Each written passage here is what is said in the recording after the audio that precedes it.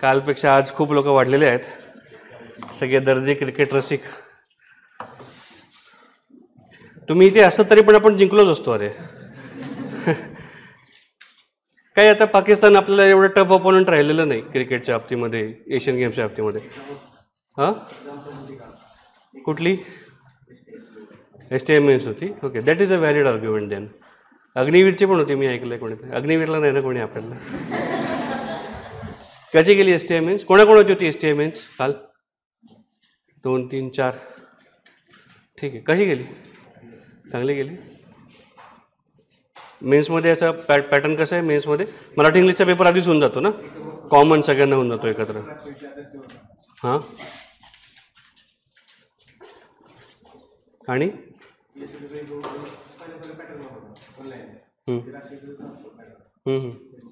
बरं, किती प्रश्न असतात? 100च ना, आणि 1 तास.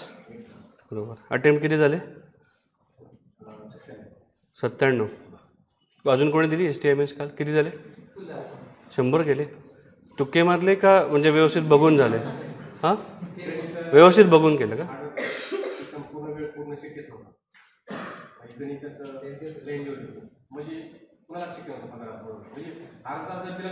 कोणाला शक्य नाही? तो 100 अटेम्प्ट करतोय. एक तर तू खरं आहे, एक तर तो खरं आहे. अजून कोणाचे होते STI मेन्स? कशी गेले पेपर? हां, इकॉनॉमीचे किती? 15 प्रश्न असतात ना? हां, सॉरी 55. सॉरी, ते किती अवघड होते? अवघड म्हणजे कन्सेप्च्युअली अवघड की आकडेवारीनुसार अवघड? बरं. अजून इथे पण कोणीतरी दिली मेन्स. हां, कसा गेला पेपर? बरं. अटेम्प्ट किती आहे? 99. अटेम्प्ट 93. ओके, 90च्या वरती चांगला फायटिंग चान्स आहे. STIच्या बाबतीमध्ये कसं आहे, ASOच्या बाबतीमध्ये फार पर्टिक्युलर लोक प्रिपेअर करतात, ज्यांना मुंबईत राहायची मानसिक तयारी असते, बरोबर, जी आपली खूप जणांची नसते बेसिकली. ज्यांना मुंबईमध्ये छप्पर आहे डोक्यावर, ते प्रयत्न करतील की ASO मिळतात. PSI असे असतात ज्यांना वर्दीचं वेळ आहे, बरोबर, आणि जे योग्य आहे, त्याच्यात काही अडचण नाही. आणि PSIसाठी मग अगेन इंटरव्ह्यूचा एक टप्पा आहे, फिजिकलचा एक टप्पा आहे. STI हे आपला जनरल पर्पज आहे सगळ्यांसाठी. आणि STI फील्डवरची पण आहे, मुंबईतली पण आहे. म्हटलं तर इन्स्पेक्टर आहे, म्हटलं तर इन्स्पेक्टर नाही, माहिती आहे ना. मी पण सेल्स टॅक्स इन्स्पेक्टर झालो होतो 17च्या बॅचला. तर आता तर सेल्स टॅक्स म्हणजे काय माहिती असतं शहरी भागात जनरली लोकांना. ग्रामीण भागामध्ये फार गैरसमज आहेत. माझा एक मित्र आहे परभणीचा, त्याला सेल्स टॅक्स इन्स्पेक्टर झाल्यानंतर त्याच्या गावातल्या मुलांनी विचारलं होतं, तुझी बंदूक कुठे आहे? लहान मुलगा होता, म्हणजे 8वी 9वीतला. तुझी बंदूक बघायची मला. तुला कसली बंदूक? तू इन्स्पेक्टर झाला, मला बंदूक बघायची. आता तो त्याला ते काय समजवणार आणि काय सांगणार, पण मजा आहे. आणि STIची चांगली गोष्ट अशी आहे की जे लोक STI पास होतात त्यांची राज्यसेवा निघण्याची शक्यता वाढते, ही फॅक्ट आहे. आम्ही जेव्हा CPTP 5 आणि 6 आम्ही एकत्र जॉईनिंग केलं यशोदामध्ये 1920, त्या जवळपास 100-150 लोकांची व्हॅकन्सी क्रिएट झाली. आम्ही सगळ्यांनी GST डिपार्टमेंट सोडलं.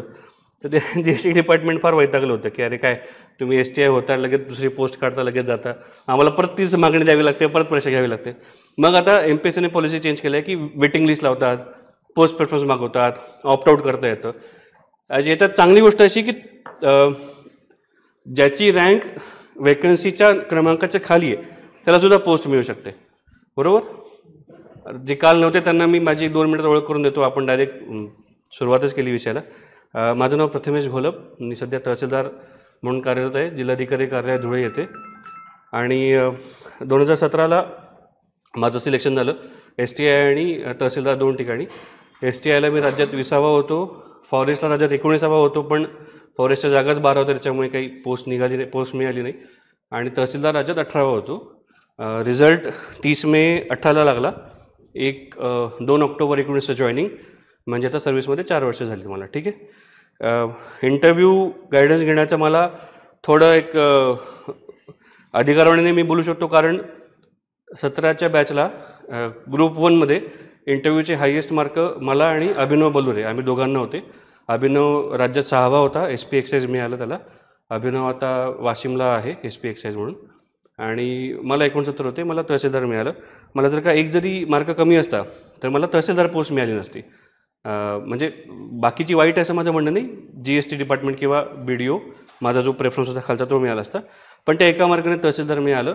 आणि काल मी जे साधारण 2 तासाचं सेशन घेतलं त्यात मी बऱ्याच गोष्टी कव्हर केल्या आहेत की इंटरव्ह्यूचे मार्क किती महत्त्वाचे असतात, काही एक्सपिरियन्स शेअरिंग पण झालं.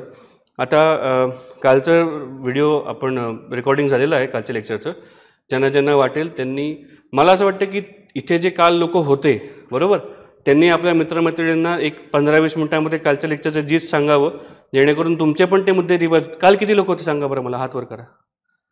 ओके ठीक आहे. सो जे तुमच्या ग्रुपमध्ये आहेत त्यांना तुम्ही तुमचे ते आपण जे काल मुद्दे डिस्कस केले ते सगळे तुम्ही शेअर करा.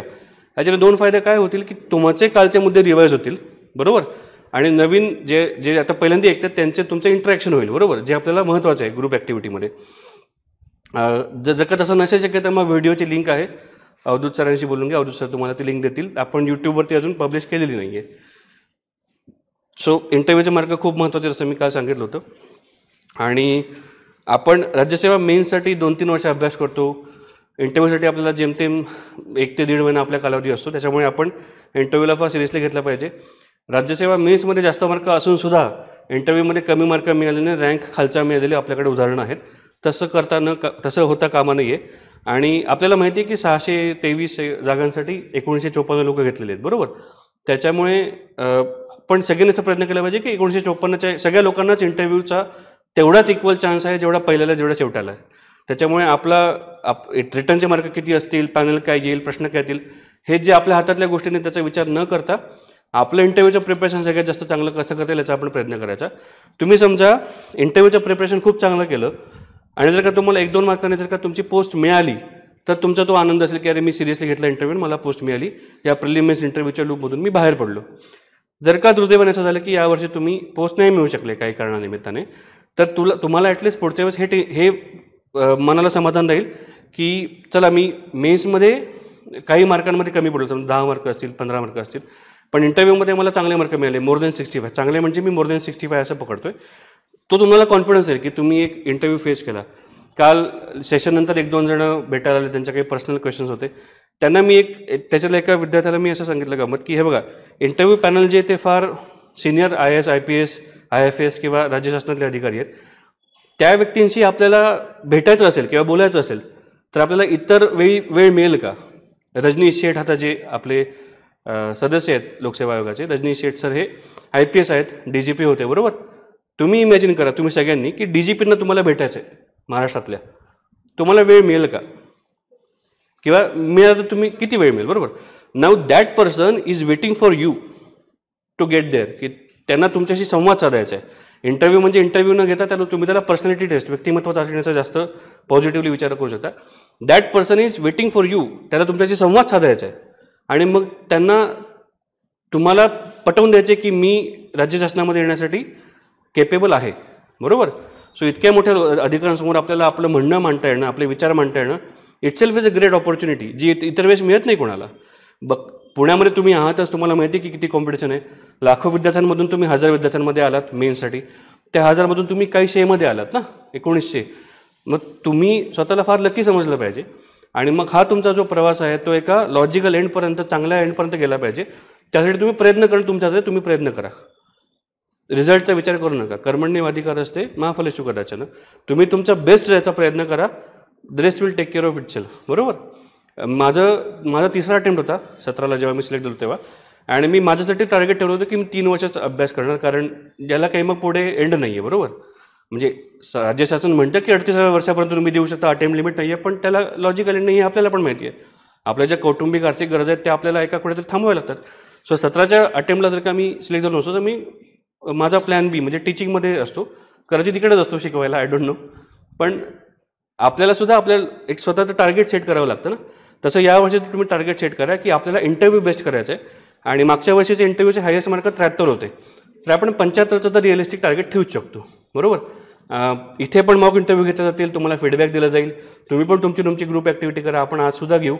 आणि ज्या ठिकाणी इंटरव्ह्यूचा गायडन्स तुम्हाला चांगला अवेलेबल आहे, चांगला, जिथे अनुभवी पॅनल मेंबर आहेत, जिकडे अनुभवी अधिकार वर्ग आहे, तुम्हाला फीडबॅक चांगला दिला जातो, तुमचं मॉरल डाऊन केलं जात नाही बरोबर, ऑनेस्ट फीडबॅक दिला जातो, अशा ठिकाणी तुम्ही इंटरव्ह्यूचा गायडन्स घ्या, कारण ज्ञान जिकडनं मिळतं तिकडनं घ्यायचा आपला अधिकार आहे. ते काय असं रिस्ट्रिक्शन नाही आहे, त्याला कुठलीही बंधनं नाही आहेत. मी सुद्धा पृथ्वीमध्ये गेलो होतो, युनिकमध्ये गेलो होतो, चाणक्य मंडलला होतो, इथे होतो, बरोबर. आणि सगळ्यातून मला चांगला फीडबॅक मिळाला. जे काही मुद्दे मला कळाले की माझे निगेटिव्ह, त्याच्यावर मी काम केलं. पुढच्या वेळेस त्याच चुका रिपीट होणार याची दक्षता घेतली. मला चांगला फीडबॅक मिळाला. मी एका कॉन्फिडंट माइंडसेटने इंटरव्ह्यूला गेलो आणि इंटरव्ह्यू झाला, चांगले मार्क मिळाले आणि मी आता I am happy where I am right now. ठीक आहे. आणि the experience that I have gone through, 30 मेला जेव्हा रिझल्ट लागला, त्या जो काही एक्सपिरियन्स होता आयुष्यातला पहिल्यांदा PDF स्वतःचं नाव बघण्याचा, I want you to go through the same thing. तुम्हाला पण तो आनंद मिळावा, कारण तो पैशात विकत घेता येत नाही, बरोबर. ती लाल दिव्याची गाणं बघितलं ना तुम्ही, बघितलं आहे ना. ते अविनाश शेंबटवाट तहसीलदारच आहेत, ते आता पुढच्या बॅचला आहेत, ज्यांनी तो पिक्चर तयार केला आहे. बघितलं आहे की नाही बघितलं? बघितलं आहे ना, नाही बघितलं? आता तुमचं होमवर्क, लाल दिव्याची गाडी नावाचं रॉक्सनचं गाणं आहे, ते ऐकायचं. फार छान आहे. बिकॉज दॅट एक्सपिरियन्स तो तुम्हाला पैशात विकत घेता येत नाही ना. कसं आहे की समजा आता लाल दिव्याची गाडी म्हणून एक जस्ट एक्झाम्पल सांगतोय की शासन आपल्याला ज्या काही सोयीसुविधा देतं, त्यातून आपलं आयुष्य सुखकर होतं, त्यातून आपल्याला कुटुंबाला आपल्याला काही छोट्या छोट्या गोष्टींसाठी त्रास होत नाही. तुम्ही विचार करा, आत्ता सध्या तुम्हाला रेशन कार्डसाठी किती त्रास होतो, गॅस सिलेंडरच्या कनेक्शनसाठी किती त्रास होतो, बरोबर, किंवा घर मिळण्यासाठी किती त्रास होतो. तर ते तशा छोट्या छोट्या गोष्टी तुमच्या होतात, तर तुमच्या कुटुंबाला पण शांतता मिळते. आणि it gives you a great pleasure. तुम्ही जेव्हा सर्व्हिस करता, 4 लोकांचं तुम्ही कामं करू शकतात लिगली, ऑब्व्हियसली तुम्हाला फार आनंद मिळतो. आणि I want you to experience the same thing. मी ज्याच्यातून 4 वर्षापूर्वी गेलो, तुम्ही पण त्याच्यातून जा, असं मला फार मनापासून वाटतं. म्हणून तुमचा इंटरव्ह्यू होईस्तोवर, तुमचा रिझल्ट लागेस्तोवर आपण इकडे आहोतच. आपण एक टेलिग्राम ग्रुप पण तयार करणार, जिकडे तुम्ही 1-to-1 इंटरॅक्शन करू शकता, तुमच्या सगळ्या शंका विचारू शकतात. आजचं आपलं साधारण सेशन असं राहील. आपण थोडं उशिरा सुरू केलं, I am very sorry about it. आपण सध्या 11 ते 12:30 किंवा 12:30 ते पाऊणपर्यंत फार तर आपण सध्या प्रश्न कशा प्रकारचे येऊ शकतात याच्यावर थोडी चर्चा करू. मागच्या वर्षी काही इंटरव्ह्यू दिलेले आपल्याकडे आहेत कॅन्डिडेट, त्यांच्याशी आपण बोलू. ट्रान्स्क्रिप्ट्स आहेत, त्याच्यावर आपण थोडी चर्चा करू. त्याच्यात प्रोफाईलवर प्रश्न असतात, तुमचे background, education, hobbies, current affairs, शासनात काय यायचं आहे, हा एक फार महत्त्वाचा प्रश्न आहे. नंतर आपण ब्रेक घेऊ, जेवण वगैरे. तुम्ही आज थोडं लवकर आवरा, जास्त गप्पा मारू नका, कारण आपल्याला कमीत कमी वेळ जास्तीत जास्त कव्हर करायचं आहे. आपण मध्ये तुम्हाला जेवण झाल्यानंतर झोप येऊ नये म्हणून एक ग्रुप ॲक्टिव्हिटी घेऊ, तुम्हाला जरा फ्रेश वाटेल, एकमेकांशी इंटरॅक्शन करा. तुम्ही सगळे जे इकडे आहात कॅन्डिडेट्स इंटरव्ह्यूचे, तुम्ही सगळे एकमेकांचे प्रतिस्पर्धी नाही आहात, तुम्ही सगळे एकमेकांचे सहकारी आहात. कारण ही काही एका पोस्टसाठी परीक्षा नाही आहे, ही 623 पोस्टसाठी परीक्षा आहे. सो रिअलिस्टिकली स्पीकिंग, तुमच्या प्रत्येकापैकी सगळेजण सिलेक्ट होऊ शकतात इकडे बसलेल्यापैकी, आहे की नाही चान्स? मान्य आहे की 0.01% की आहे पण चान्स. सो तुम्ही जेवढी एकमेकांना मदत कराल ना, तितका तुम्हाला फायदा आहे. ज्ञान बांटणे से बढ़ता है. तुम्हाला तुमच्या मित्रांकडून जेवढा फीडबॅक येतो, ऑनेस्ट फीडबॅक येतो, मग कधी तो शेवटच्या स्वरूपात का असे ना, तो तुम्हाला मदत करतो. आणि मग हे जे आपण तुम्ही आणि मी येत नाही आहे, पण तुम्ही आता स्ट्रगलिंग पिरियडमध्ये आहात. स्ट्रगलिंग पिरियडमध्ये जे तुमचे बॉन्ड्स तयार होतात ना, ते ऑनेस्ट बॉन्ड असतात, कारण त्याच्यात काही स्वार्थ नाही आहे आणि शिंग फुटलेली नाही आहेत, तुमच्यावर अजून कुठल्या पदाची झूल नाही आहे.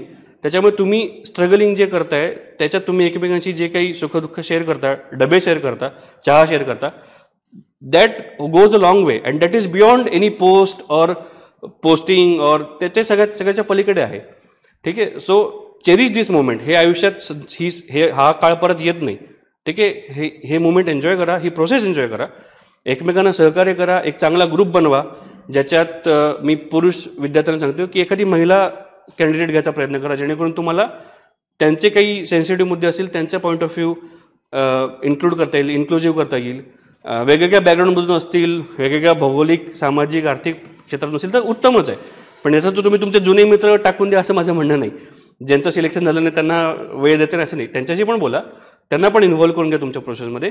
But create a good healthy group of 5-10 people at least, which will give you honest feedback. तुम्ही एकमेकांची डिस्कस करा, अग्रलेख वाचा, मूवीजला एकत्र जा, चांगल्या मूवीज असतील तर एकत्र जा, डिस्कस अबाउट इट. आणि ही प्रोसेस आहे ती फार सुंदर प्रोसेस आहे, एन्जॉय करा. तुम्ही MPSCच्या मेन्ससाठी 2-3 वर्ष घालवले की नाही, इंटरव्ह्यूसाठी 40 दिवस जायला काही हरकत आहे का? 40-50 दिवस. आणि हे फार लॉंग वे जातं आयुष्यात, फार मजा येते ही प्रोसेस. सो ग्रुप ॲक्टिव्हिटी, तुमचा ग्रुप क्रिएट करा. आणि मला हे रिझल्ट नंतर मला ऐकायला आलं पाहिजे की अरे आम्हाला ग्रुपमधून आम्ही जे फीडबॅक घेतला त्यातून आम्हाला फार चांगला फायदा झाला. मला एका मैत्रिणीने प्रश्न विचारले, तोच प्रश्न मला पॅनल मेंबरने आला. बरोबर.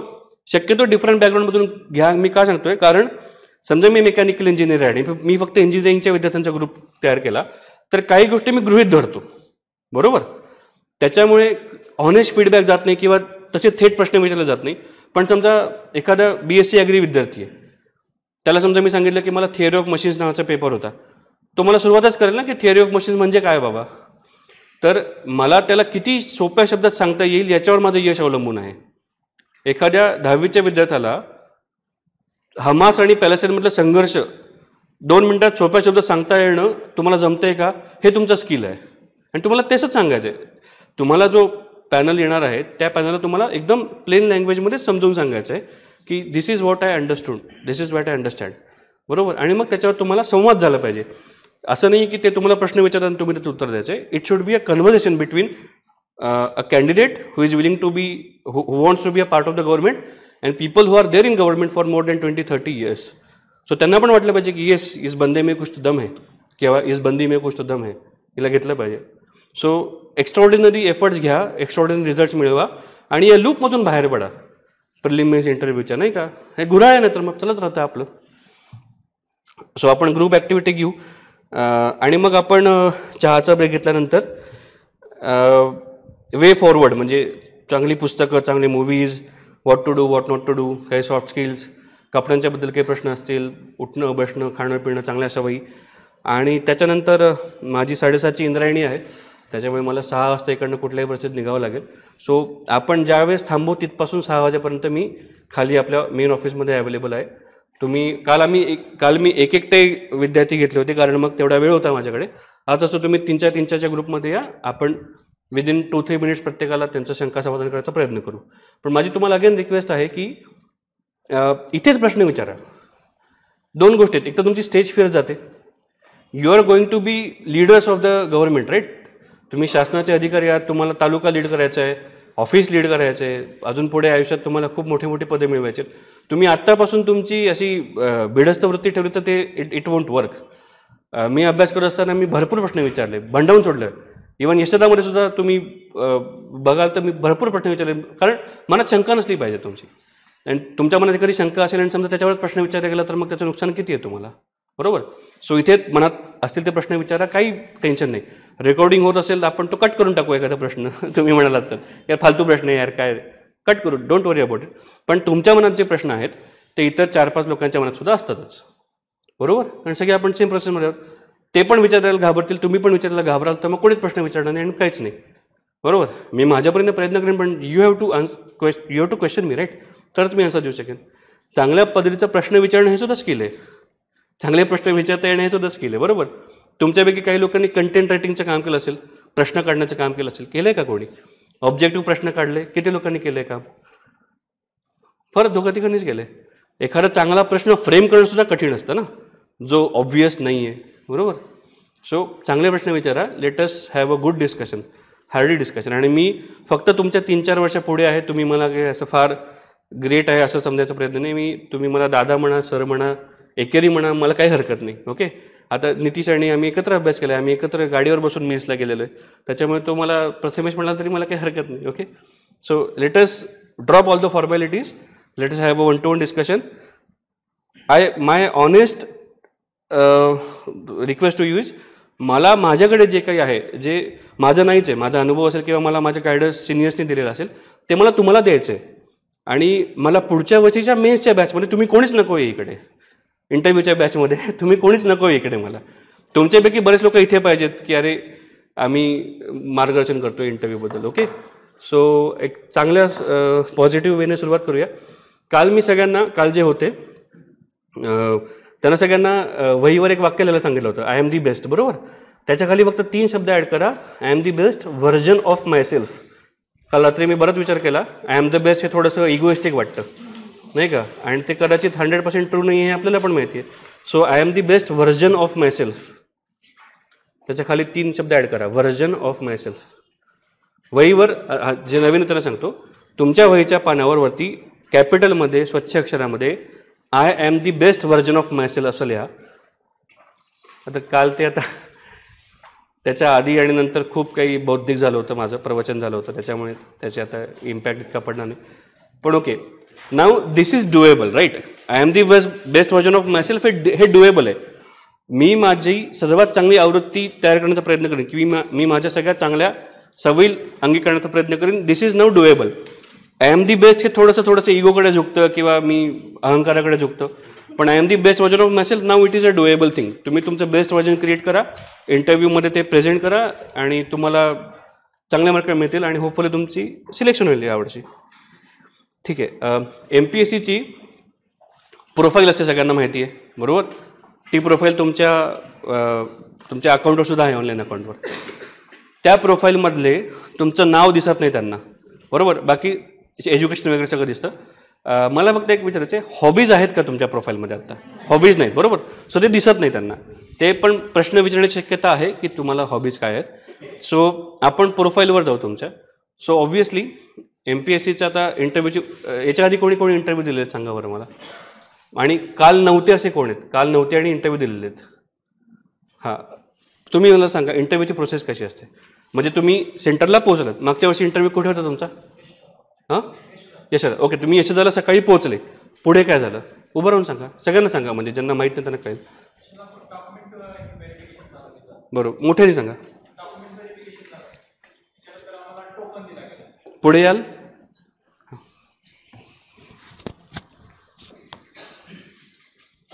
ज्यांना माहीत नाही आहे त्यांना सांगायचा प्रयत्न वरती. हां, पहिल्यांदा आम्हाला डेट टाईम सगळं माहीत असते आपल्याला, अकाउंटला येतं आपल्या. आणि मग आपल्याला तिथं बोलवलं जातं.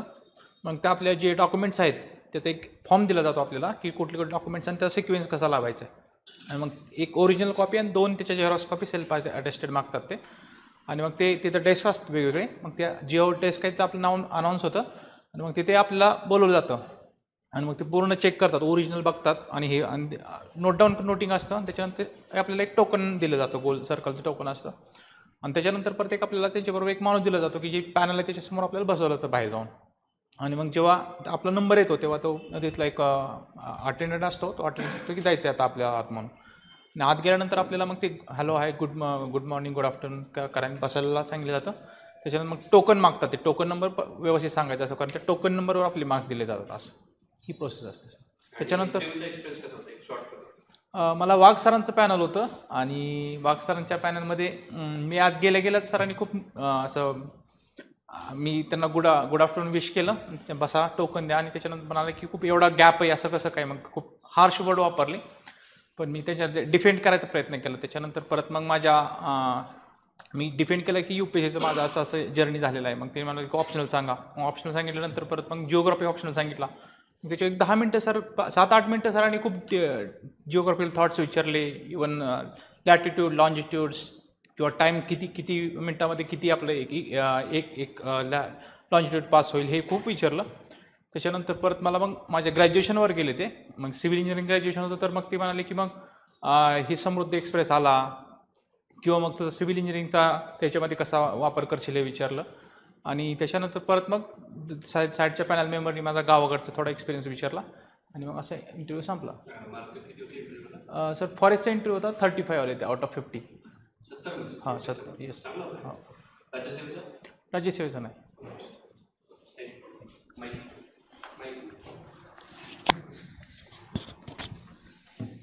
सो जशी फॉरेस्टला प्रोसेस फॉलो होते तशीच MPSCला सुद्धा फॉलो होते, म्हणजे राज्यसेवेला सुद्धा फॉलो होते. तुम्ही तिकडे डॉक्युमेंट व्हेरिफिकेशन केल्यानंतर तुम्हाला टोकन दिलं जातं. ते टोकन तुम्ही आतमध्ये गेल्यानंतर पॅनल जे अध्यक्ष आहेत त्यांना द्यायचं असतं. त्या अध्यक्ष तुमच्या टोकनसोबत तुमचं नाव तुम्हाला जे मार्क आहेत ते देतात, बरोबर. आणि that is a very good thing about MPSC की त्याच्यात ट्रान्सपरन्सी आहे. त्यात तुम्ही तुमचं नाव काय, आपल्याकडे जनरली काही आडनावाची ज्याच्यावरून तुमचं सोशल बॅकग्राऊंड लगेच कळू शकतं, बरोबर, किंवा तुमचा जॉग्राफिकल एरिया समजू शकतो. सो तसं न करता ट्रान्सपरंट वेने करायचा प्रयत्न आहे. सो टोकन असणं फार महत्त्वाचं आहे. नेक्स्ट, आता जसं तुमचं नाव काय? नितीन ना. नितीन भाऊनी सांगितलं त्याप्रमाणे तुमचं एज्युकेशनल बॅकग्राऊंड ना, तुमचं सिव्हिल इंजिनिअरिंग, सो तुमच्या प्रोफाईलवर ते पहिलं जातात. जनरली पहिला प्रश्न असतो की तुमची ओळख करून द्या. तर आपल्याला ही सवय करावी लागते की नाव न सांगता ओळख करून द्यायची आहे. साधारणपणे 3 ते 4 वाक्यांमध्ये ओळख करून देणं सफिशियंट आहे. त्यात तुमच्या एज्युकेशनपासून सुरुवात करायची जनरली, की माझं BE मेकॅनिकल झालेलं आहे, मी कल्याणचं आहे ठाणे जिल्ह्यातील, माझ्या घरी आई वडील आणि माझी बहीण आहे आणि राज्यसेवेचा माझा पहिला इंटरव्ह्यू आहे, दुसरा इंटरव्ह्यू किंवा मी याच्याआधी STI सिलेक्शन झालेलं आहे. नाव हे चौथं वाक्य ऑप्शनल आहे, ते तुम्हाला सांगायचे नाही सांगायचे हा तुमचा डिसिजन आहे. कारण तुम्ही ते सांगितलं की त्याच्यावरनं प्रश्न तुम्हाला वाढतील, बरोबर. त्यांना माहीत नाही की तुम्ही STI झाला आहे, याच्या आधी इंटरव्ह्यू दिलेला आहे, RFO झाला आहे, UPSCची तयारी करताय, व्हॉटेवर. तुम्ही जेवढं त्यांना एक्सपोज कराल स्वतःबद्दल तितकं ते तिथे नवीन एरियाज प्रश्न विचारण्याचे होऊ शकतात. नाव इट्स अप टू यू. जर का तुम्ही त्याची पुरेशी तयारी केलेली आहे, तुम्हाला कॉन्फिडंट आहात तुम्ही की STI सिलेक्शन झालं, STIबद्दल मला प्रश्न विचारले, तुम्ही सांगू शकतो किंवा सांगू शकते, तुम्ही नक्कीच सांगा. बिकॉज त्याच्यात लपण्यासारखं काही नाही. It's a very good thing की तुम्ही ऑलरेडी एका ठिकाणी सिलेक्ट झालेला आहात, पॉझिटिव्ह आहात तुम्ही. सो असं तुमची ओळख झाल्यानंतर तुमची मग तुमचं गाव कुठलं आहे, तुमचं शहर तालुका, त्याच्या काही समस्या, तुमचं एज्युकेशनल बॅकग्राऊंड, एज्युकेशन बॅकग्राऊंडबद्दल अगेन जसं त्यांना खोलात विचारलं तसं महाराष्ट्रासमोर असलेल्या त्या एज्युकेशनशी रिलेटेड काही समस्या असतील तर, जसं सिव्हिल इंजिनिअरिंग त्यांचं होतं तर मग समृद्धी महामार्ग चर्चेत होता. कदाचित कोणी कोकणात असेल त्यांना कोकणातील रस्त्यांचा प्रश्न विचारला जाईल किंवा धरणाचा प्रश्न विचारला जाईल की आपल्याकडे धरणांची संख्या अपुरी आहे, त्यांचं स्ट्रक्चरल ऑडिट वगैरे या सगळ्या गोष्टी. सो तुमच्या बॅकग्राऊंडशी रिलेटेड तुम्हाला जेवढे प्रश्न काढता येईल तेवढे तुम्ही प्रश्न काढायचा प्रयत्न करा. यासाठी तुम्हाला सगळ्यात चांगला सोर्स आहे मागच्या वर्षीचे इंटरव्ह्यूचे ट्रान्स्क्रिप्ट्स, बरोबर. तुमच्यापैकी खूप लोक मागच्या वर्षी इंटरव्ह्यूला होते किंवा मित्र तुमचे असतील, मित्रमैत्रिणी असेल, त्यांच्याकडून तुम्ही ते अवेलेबल आहे आता सोशल मीडियावर, टेलिग्रामवर, व्हॉट्सअपवर तुम्हाला ते अवेलेबल होऊन जाईल. त्याच्यासोबतच तुम्ही ग्रुप ॲक्टिव्हिटी करा. तुमच्या एखाद्या मित्राला किंवा मैत्रिणीला तुमच्या बॅकग्राऊंडच्या नसेल त्या व्यक्तीला तुमचे प्रश्न काढायला सांगा की ओके ही प्रोफाईल आहे, तुला याच्यावरनं काय काय प्रश्न येतात, मग ते प्रश्न तुम्ही काढा, त्याची तयारी करा. तुमची प्रोफाईल तरी तुमची सगळ्यात स्ट्रॉंग पॉईंट असला पाहिजे, त्याच्यात तुम्हाला गडबड नाही होता कामा. समजा कोणी कोल्हापूरचा आहे आणि त्याला ऊसाच्या दराचाच प्रश्न माहीत नसेल, दुधाच्या दराचा प्रश्न माहीत नसेल तर मग ते जरा म्हणजे कठीण आहे. कोकणातलं असेल तर मग पर्यटन धोरण माहिती पाहिजे, जळगावचं असेल तर मग केळी आणि त्यांच्या व्यवस्था, त्याचं ऊस, बाकी सगळ्या गोष्टी माहिती पाहिजेत. विदर्भात असेल तर मग कोळसा खाणी, नक्षलिझम, त्या सगळ्या गोष्टी माहिती पाहिजेत. ओके. सो तुमच्या एरियातले काही बेसिक प्रॉब्लेम्स असतील, काही हायलाईट्स असतील, करंट अफेअर्समधले काही विषय असेल तुम्हाला कव्हर करता आलं पाहिजे. एज्युकेशन आहे. तुमचे हॉबीज हा एक विषय फार ट्रिकी आहे. आता ज्यावेळेस माझा इंटरव्ह्यू झाला त्यावेळेस हॉबीज नावाचा एक कॉलम होता, त्याच्यात तुम्हाला टाकावं लागायचं. आता तुमच्याकडे एक चांगली गोष्ट अशी आहे की तुम्ही सांगू शकता की माझी हॉबीज काय, आणि ते अजूनही तिथे प्रिंटेड नाही आहे कुठे तुमच्या प्रोफाईलमध्ये. सो तुम्ही ठरवा. बरं, हॉबीज असणं बंधनकारक नाही आहे. समजा एखाद्याने सांगितलं की मला काहीच हॉबी नाही, इट्स अ गुड आन्सर, पण मग ते का विचारलं तुम्हाला ते जस्टिफाय करता आलं पाहिजे, बरोबर. पण शक्यतो असा माणूस कोणी नसतो ज्याला कुठलाच विरंगुळा नाही आहे, आणि तसं असू पण नाही. शासनामध्ये गेल्यानंतर तुम्हाला डोकंच खराब होऊन जाईल का तुमच्याकडे काही विरंगुळा नसेल तर. सो तुमच्याकडे जो काही ऑनेस्टली विरंगुळा तुमचा आहे तो तुम्ही सांगायला प्रयत्न करायला पाहिजे. जर का तुम्हाला लेखनाचं आवड असेल, कविता स्फुरत असतील, चारोळी सुचत असतील, ते सांगा, नक्की सांगा. कलात्मकतेला, क्रिएटिव्हिटीला फार स्कोप आहे, बरोबर. फार कमी लोक क्रिएटिव्ह आहेत, त्याच्यामध्ये नक्की सांगा.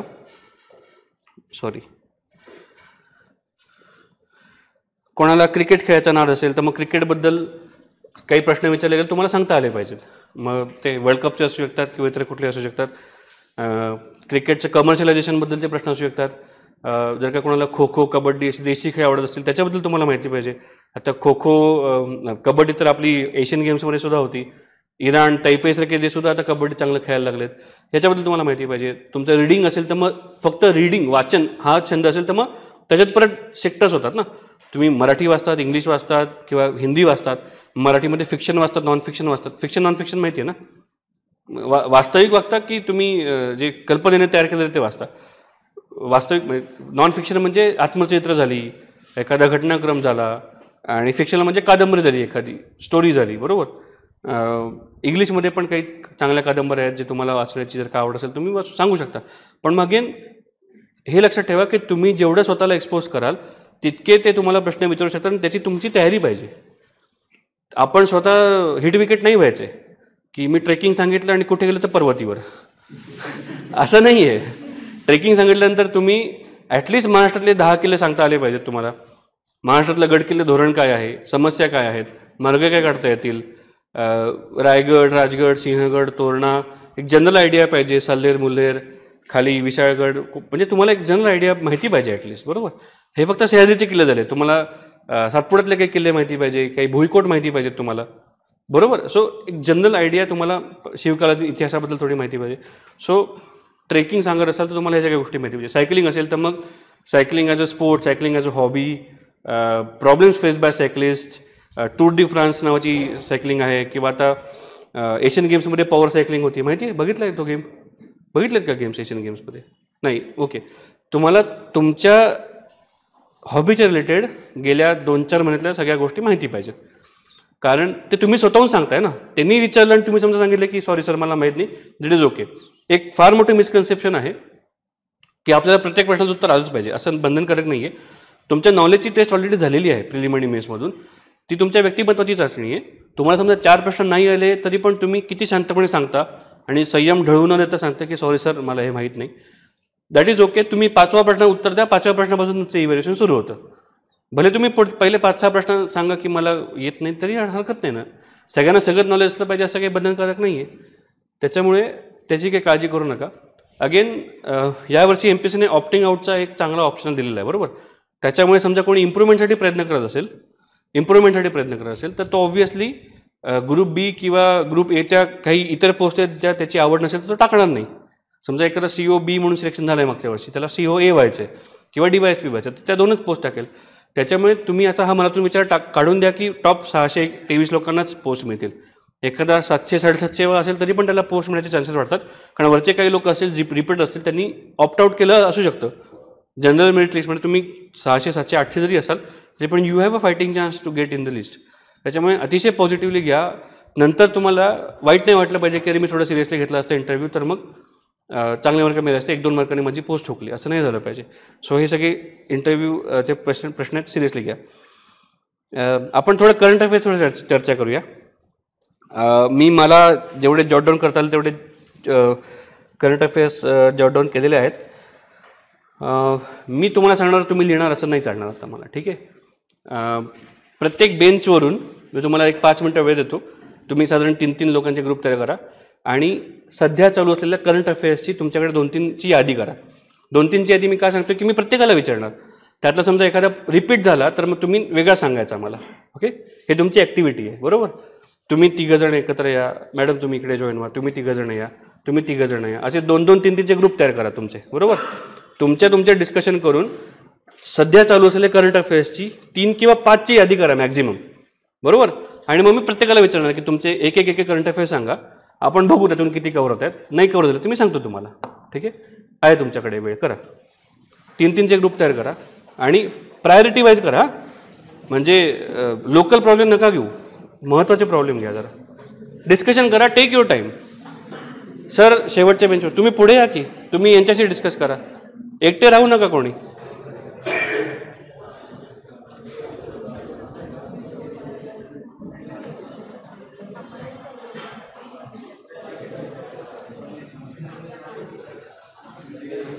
अरे यांना घ्या की कोणतरी, तुम्ही मागे जरा, तुम्ही 4 जण ते करा, 4 जण डायमंड डिस्कस करा आणि मला 3-4-5 चांगले पॉईंट सांगा करंट अफेअर्स.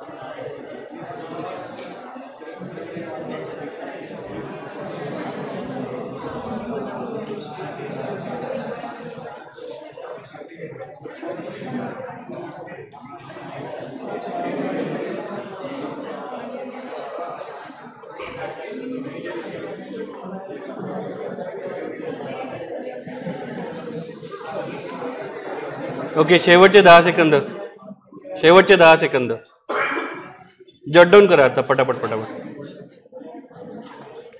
10, 9, 8, 7, 6, 5, 4, 3, 2, 1. बस झालं.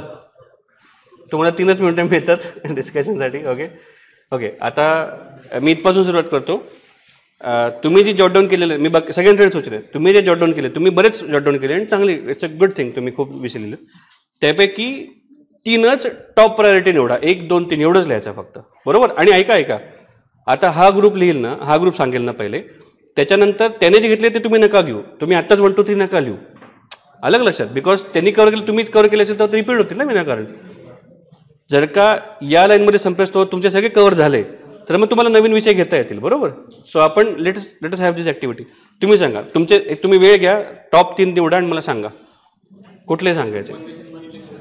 One nation one election. Okay, ऐका सगळ्यांनी आधी इकडे बघा रे, इकडे बघा. अरे अरे अरे अरे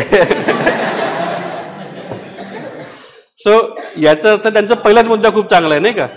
टाळ्या पाहिजेत की नाही? वा वा वा, गुड थिंग. सो ऐका, आत्ता जे आपण विषय आहेत ना, आपण एक टेलिग्राम किंवा व्हॉट्सअप ग्रुप, टेलिग्रामच ग्रुप करू, कारण टेलिग्रामवर सगळं दिसतं आपल्याला जुनं, बरोबर. आपण फोटो काढून शेअर करू ना. तुम्ही आता लिहिण्याच्या भानगडीत पडू नका. जे तुम्ही स्वतः लिहिलेलं आहे ना, ते तुमचं स्वतःचं ओन मेकिंग आहे तुमचं. सो तेवढंच राहू द्या. त्याच्यात आता बाकीच्यांचे जे मुद्दे ते नंतर तुम्ही फोटो काढून, तुमच्याकडे खूप वेळ आहे, अजून इंटरव्ह्यूची तारीख पण डिक्लेअर झालेली नाही, त्याच्यामुळे घाई नका करू. फक्त आता ऐका, लक्षात घ्या फक्त. हां, वन नेशन वन इलेक्शन चांगला मुद्दा आहे. ओके, जात बिहार का सेन्ससमुळे चर्चेत आहे आणि इस्रायल पॅलेस्टाईन संघर्ष, बरोबर. ठीक आहे. ओके, तुमचं दुसरा बेंच, महाराष्ट्रातील सत्ता संघर्ष. ओके, आता याच्यामध्ये आपल्याला राजकीय भाष्य करायचं नाही आहे कुठलं. Let's frame it as Nabam Rebia case, त्यानंतर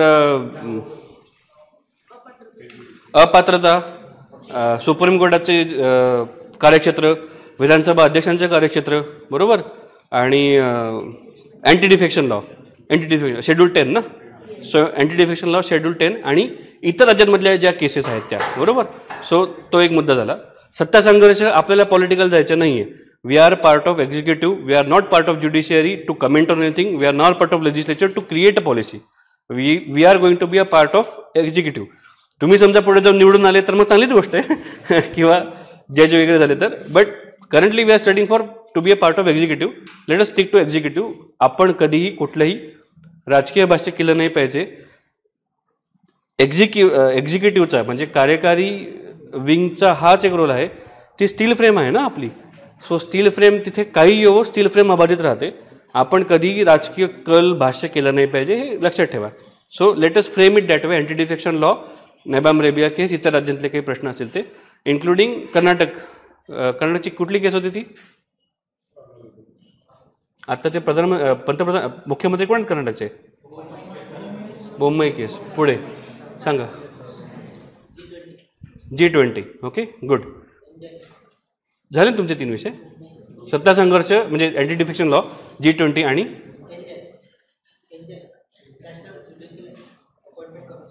नॅशनल ज्युडिशियल अपॉइंटमेंट कमिशन चर्चेत आहे सध्या.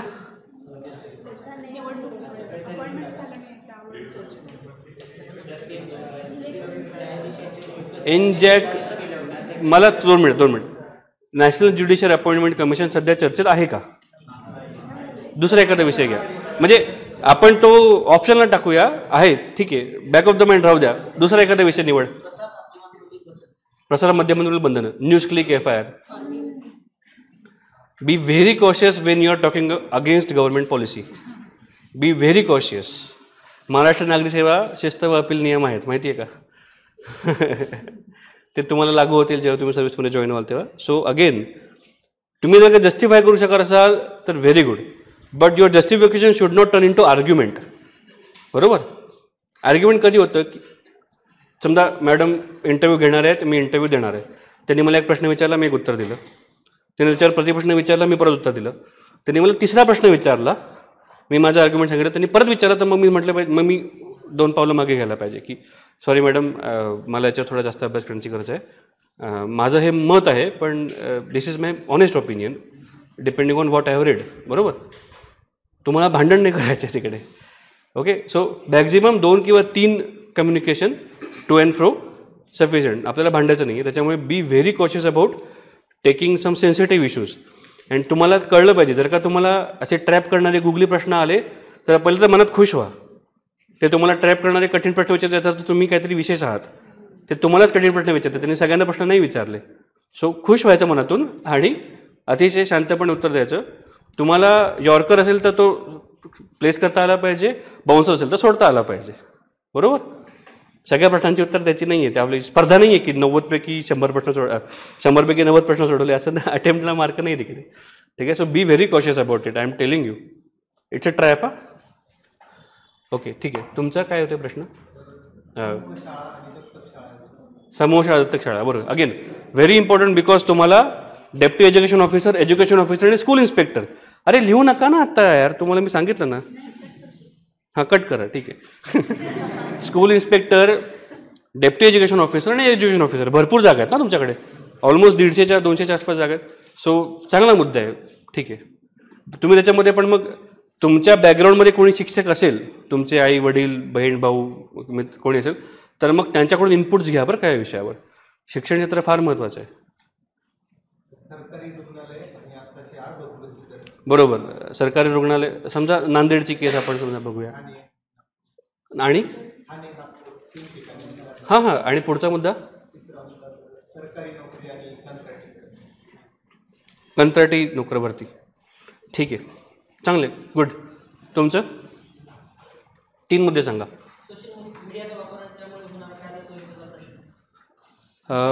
कंटेक्स्ट काय याचा? कंटेक्स्ट काय? कुठली? पुसे सावळी, सातारा जिल्हा. हो बरोबर. Manipur issue. Again very good. नारी शक्ती वंदन.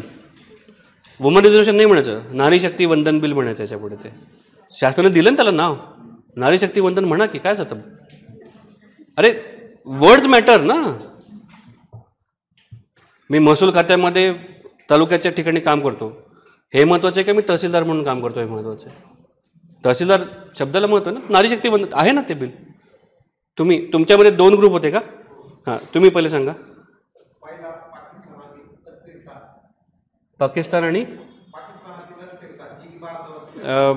आपण इंटरनॅशनल रिलेशनवर फार जात नाही. This is a very good argument. जर का तुम्ही UPSC इंटरव्ह्यू देत असाल, तुमचं PSIR ऑप्शनल असेल तर हा प्रश्न येऊ शकतो.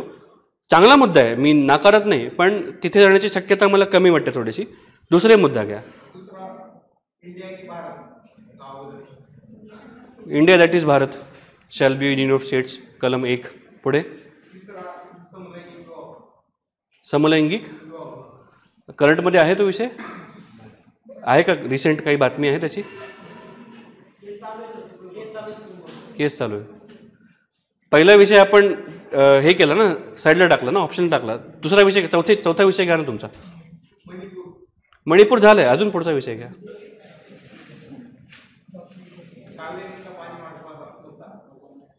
महाराष्ट्राशी रिलेटेड नाही ना दादा, महाराष्ट्राशी रिलेटेड आहे का तो? आपली बाउंड्री 35 जिल्ह्यांची आहे, 358 तालुक्यांची आहे. कावेरी नाही जात ना महाराष्ट्रातून, as far as I know. हां, मराठा आरक्षण तुम्ही मिस केलं सगळ्यांनी यार. जरांगे पाटलांचं काल भाषण ऐकून आलो, काल दिवसभर ते चालू होतं. हां, मराठा आरक्षण मिस केलं. अगेन न्यूट्रली, तुम्ही कुठलेही सोशल इकॉनॉमिक बॅकग्राऊंडमधून असाल, न्यूट्रली तुम्हाला ते आर्ग्युमेंट करता आलं पाहिजे, प्रो अँड अगेन्स्ट दोन्ही. तुमचं काय होतं दादा? बरोबर, अगेन व्हेरी गुड. शेतकरी आत्महत्या झाले, ते जे विषय झाले ते नका रिपीट करू. दुष्काळ आणि अतिवृष्टी हे दोन्ही कंबाईन करा. कारण आपल्याकडे महाराष्ट्रात सध्या काही जिल्हे असे आहेत जिकडे सरासरीपेक्षा कमी पाऊस पडलाय, काही जिल्हे इकडे तिकडे प्रचंड पूर झालेला आहे. अगेन रेनफॉल डिस्ट्रीब्युशन आपलं बिघडलेलं आहे. बरोबर, जो 4 महिन्यामध्ये समान इंटरव्हलने पाऊस पडायचा, तो एकाच महिन्यामध्ये खूप जास्त पडायचं प्रमाण वाढलेलं आहे. सो दुष्काळ आणि अतिवृष्टी कपल्ड विथ रेनफॉल इम्बॅलन्स. हो, पण मग तुम्ही जेव्हा दुष्काळ म्हणता तेव्हा अतिवृष्टी पण कव्हर करा.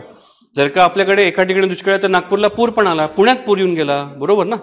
सो म्हणजे ते climate, don't restrict yourself to दुष्काळ, कपल्ड इट विथ दुष्काळ, अतिवृष्टी आणि रेनफॉल डिस्ट्रीब्युशन पॅटर्न जो बदलला आहे तो. ओके, थोडं वाईड स्कोप करा, कारण तुम्हाला मग मुद्दे पण तसे चांगले निघतील ना. तुमचं काय होतं? 3 मुद्दे सांगा. ते पुढच्या वेळेस डिफिकल्ट होत जाणार आहे, कारण ते सगळे बरेच कव्हर होत आहेत. मजा आहे की ते सांगा. मग परत सांग काय?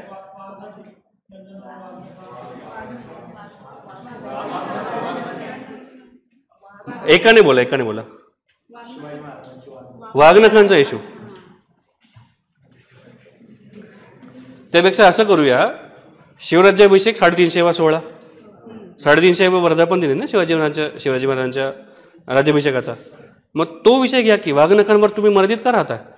मग वाघनखं आली, भवानी तलवार आली, कॉफी टेबल बुकचं प्रकाशन आलं, छत्रपती शिवाजी महाराजांच्या बद्दल लोकांमध्ये अजून प्रेरणा म्हणण्यासाठी जे काही शासन करतात सगळं छत्रपती शिवाजी महाराजांचा 350वा राज्याभिषेकाचा वर्धापन दिन.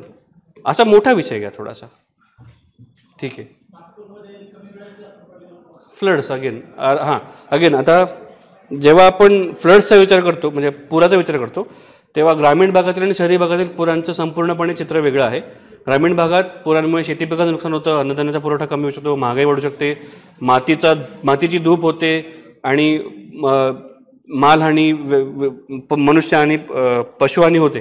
शहरी भागामध्ये बेसिक इन्फ्रास्ट्रक्चर कोलमडतं, रस्त्याचे वाताहत होते, रोड वाहून जातात, ॲक्सिडेंट्स होतात, मॅन्युअलमध्ये पडून माणसं जातात, पुनर्वसनाचा खर्च जास्त येतो. सो फ्लड्सचे दोन्ही अँगल तुम्हाला माहिती पाहिजे. ठीक आहे, पुढे खलिस्तान. अगेन इंटरनॅशनल रिलेशन फार रिलेव्हन्स नाही आहे, पण खलिस्तानचा विषय आपल्याकडे येऊ शकतो. पाकिस्तानातील अस्थिरतेपेक्षा खलिस्तानचा विषय जास्त चर्चेला आहे सध्या, त्याच्यामुळे तो येऊ शकतो.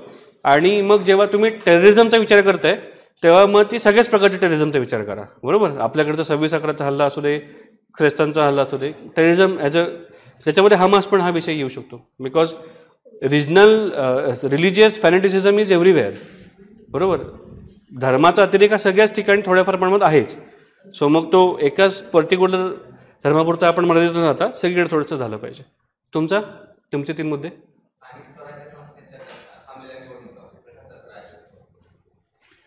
मग तो ओबीसी आरक्षणाचा मुद्दा होईल ना, तो ओबीसी आरक्षणाचा मुद्दा होईल तो, कारण त्याच्यामुळे स्थानिक स्वराज्य संस्थांच्या निवडणुका राहिलेल्या आहेत ना. ठीक आहे, समजा ओबीसी आरक्षण असा आपण मुद्दा घेतला. ठीक आहे, पुढे टोलमुक्ती. अगेन तुम्ही सगळ्यांनी मिस केलं. टोलमुक्ती आणि मराठवाडा मुक्ती संग्रामाची 50 वर्ष. बरोबर हां 75 वर्ष सॉरी 75 वर्ष. अगेन जर का तुम्ही मराठवाड्यातले असाल तर हा प्रश्न तुम्हाला तयार करायलाच पाहिजे. मराठवाडा मुक्ती संग्रामाची 75 वर्ष. आणि समजा तुम्ही मुंबई रिजनमध्ये असाल अर्बन एरियातून असाल तर तुम्हाला टोलचं थोडंसं माहिती आलं पाहिजे. टोल ठीक आहे तुम्ही सुरुवात करा. हां सांगा ना.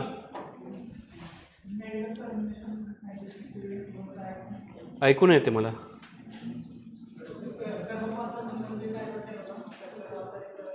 कालचा जो अग्रलेख होता तो ठीक आहे. कालचा अग्रलेख चांगला आहे बरं का, तो वाचा. 26व्या आठवड्यामध्ये एका महिलेने न्यायालयाकडे गर्भपाताची परवानगी मागितलेली आहे. त्याच्यावर काल अग्रलेख होता लोकसत्तामध्ये, तो वाचा. ठीक आहे ओके. पुढचा सहकार धोरण असं रिवाईज करण्यापेक्षा असं म्हणा की सहकार क्षेत्र ज्याच्यात आता केंद्र सरकारने सहकार मंत्रालय स्थापन केलेलं आहे ना, नवीन आहे सहकार मंत्रालय. आतापर्यंत सहकार हा राज्य शासनापुरता मर्यादित विषय होता, तर तो केंद्र आणि राज्य दोघांचा झालेला आहे. त्याच्यामुळे केंद्र सरकारचं धोरण आणि मग सहकार हा अगेन खूप डीप बेस जातो. सहकार धोरण तुम्ही म्हणू शकता. It's good. अजून काय ध्वनी प्रदूषण आणि लेझरमुळे लोकांच्या दृष्टीवर परिणाम होतो, त्याच्याबद्दल काही धोरण पाहिजे का? Okay good. पुण्यामध्ये अभ्यास केला सांगितल्यानंतर गणेशोत्सवाचा मुद्दा येऊ शकतो. तुम्ही समेज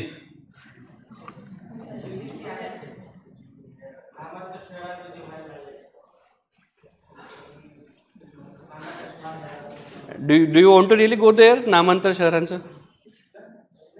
do you really want to go there शहरांचं नामांतर जे होत आहे ते कॉन्ट्रोवर्शियल मुद्दा आहे. I would say no. Avoid taking a stand there. I would say तुम्ही जर का छत्रपती संभाजीनगरचे आहात, धाराशिवचे आहात तर येऊ शकतो बरोबर, कारण दोनच झाले ना आतापर्यंत बदल महाराष्ट्रात, छत्रपती संभाजीनगर आणि धाराशिव. अहमदनगरचं अहिल्याबाई नगर अजून व्हायचं आहे, अहिल्यादेवी नगर अजून व्हायचं आहे. सो जर का तुम्ही छत्रपती संभाजीनगर आधीचा औरंगाबाद आणि धाराशिव आधीचा उस्मानाबादचे असाल तर थोडंसं अँगल वाचून घ्या, प्रो कॉन दोन्ही आर्ग्युमेंट बघा. पण कॉन्ट्रोवर्शियल विषय शक्यतो न बोललेले बरे, आपल्याला माहीत नाही त्याच्यात आपण ट्रॅप कधी होऊ शकतो. ठीक आहे गुड. एक वर्थ डिस्कशन आहे. ठीक आहे पुढे. हां but again it's a political decision. We should not dwell in to that. आपल्याला सांगितलं पुण्याचं नाव पुनवडी करायचे, पुण्याचं नाव पुनवडी करायचे, विजय संपला. हो ना, पण मग again it has very different connotation. So I would say it's a worth discussion. Again मी कम्प्लिटली अवॉइड करा असं म्हणत नाही. It's a worth discussion but it is only relevant if you are from there.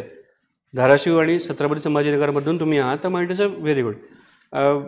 मी जर समजा त्या शहरांमधलं नाही आहे तर मग त्या शहरातल्या भावभावना लोकमानस हे मला तेवढं समजणार नाही. जर का त्या होम मिनिस्टरच्या गाईडलाईन्स वाचून घ्या तर चांगली गोष्ट आहे. ओके पण मग त्याच्यात ते डीप जाणार नाहीत कारण तुम्ही त्यातले नाही आहात. छत्रपती संभाजीनगर आणि धाराशिवचे कोणी असेल तर नक्की जा. ओके ठीक आहे. तुमचे 3 मुद्दे झाले. कुठले? नामांतरण, युनिफॉर्म सिव्हिल कोड आहे का सध्या चर्चेमध्ये? कशामुळे? ठीक आहे ओके पुढे. आणि अरे माझ्याशी बोला. कांदा प्रश्न. नाशिकचे असाल, विशेषतः लासलगाव पट्ट्यातले असाल तर मग शेतकरी असाल तर मग कांदा, दूध, ऊस, MSP सगळंच तुम्हाला माहिती पाहिजे. ठीक आहे तुम्ही सांगा. बालविवाह करंट अफेअर्समध्ये कधी बातमी आहे, रिलेव्हन्स आहे काही? Beed. Okay Republic of Beed.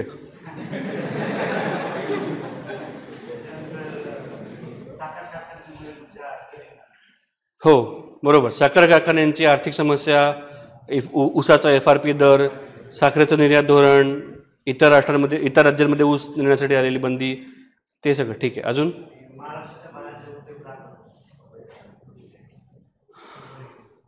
असं म्हणता येईल की महाराष्ट्र उद्योग नाही होण्यासाठी काय पावलं उचलता येतील अजून, किंवा बेसिक इन्फ्राचे अजून महाराष्ट्रात काय प्रॉब्लेम आहेत जे तुम्ही करू शकतो.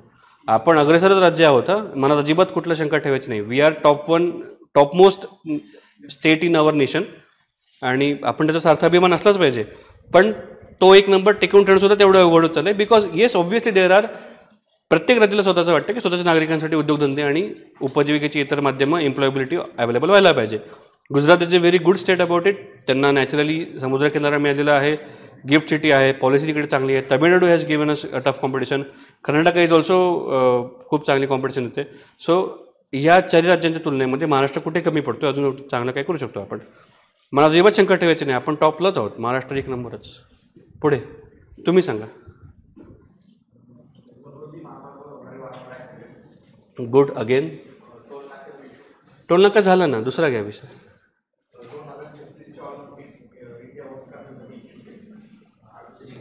त्याला थोडंसं आता असं कव्हर करा, cricket world cup, Asian games आणि मग 2036चे ऑलिम्पिक्स. स्पोर्ट्स हा एक कव्हर करा तुम्ही, असं करा. Sport culture. हां, तुम्ही नागपूरचे असाल तर मग ओजस देवतळेची 3 सुवर्णपदकं विसरू नका. इतर पण महाराष्ट्रीयन जे काही महाराष्ट्रात राहणारे जे काही खेळाडू आहेत त्यांची पदकं, एशियन गेम्समधल्या भारताची सध्याची कामगिरी, बेस्ट एव्हर 107, सगळं लक्षात ठेवा. त्याच्याबद्दल एक 2 पानांची नोट तयार कराच. एशियन गेम्स फार महत्त्वाचे. पुढे अजून नाही झालंय, अजून पुढचा विषय घ्या. AI मध्ये मी कोणाला तरी एक सेंट्रल गव्हर्नमेंट का स्टेट गव्हर्नमेंटने विचारलं होतं. आय थिंक मुंबई शहराचे पालकमंत्री आहेत, दीपक केसरकर मंत्री आहेत. त्यांनी शासनाला काही सूचना, AIचा वापर करून वाहतूक समस्या सोडवा असं काहीतरी मी वेगळी वाचल्याचं आठवत आहे मला. एकदा जस्ट चेक करा, मोबाईलकडून बघा बरं. दीपक केसरकर म्हणाले होते, मंत्री महोदय आहेत, की AIचा वापर करून वाहतूक समस्या सोडवा, असं मला बातमी वाचायला आवडतं. सो AIचा प्रॅक्टिकल उपयोग आपल्यासाठी. ओके, ठीक आहे. पुढचं झालं 3 मुद्दे तुमचे. ठीक आहे, तुम्ही सांगा.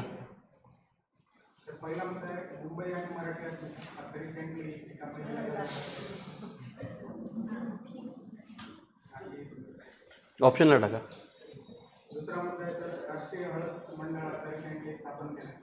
तुम्ही हिंगोलीचे आहात का? हां, गुड. तुमच्यासाठी तो स्थानिकरित्या महत्त्वाचा आहे. ओके. हळद आलं की त्याच्यामध्ये हे पण आलं बरं का तुमचं. नाही GI टॅग आणि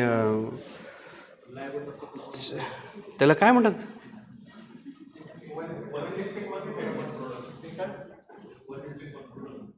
बौद्धिक संपदा,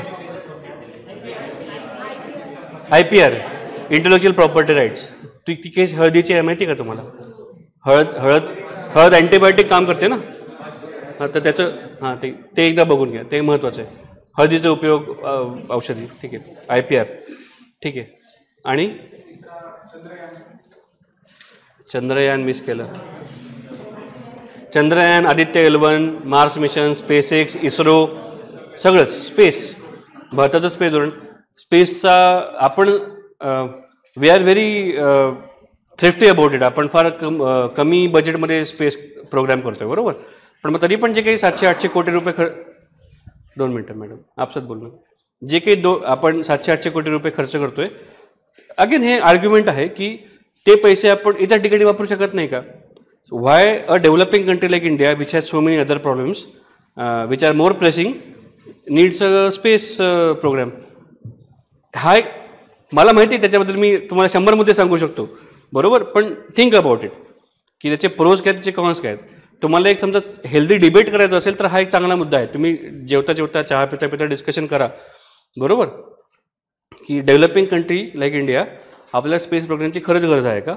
आपण इतर देशांच्या तुलनेमध्ये आपला स्पेस प्रोग्रामचं बजेट काय आहे, त्याचे भारताला आणि एकूण मानवतेला होणारे फायदे काय आहेत, हा जेव्हा तुम्ही अँगल विचार कराल तेव्हा तुम्हाला लक्षात येईल की okay, what we are doing is justifiable, बरोबर, ऑर नॉट जस्टिफायबल. तुम्ही ज्याच्यावर कन्क्लुजन व्हाल ते, बरोबर. पण अगेन विचार करा बरं का, त्याच्यात तुम्हाला इंटरनेटवर सुद्धा खूप चांगले सोर्सेस मिळतील.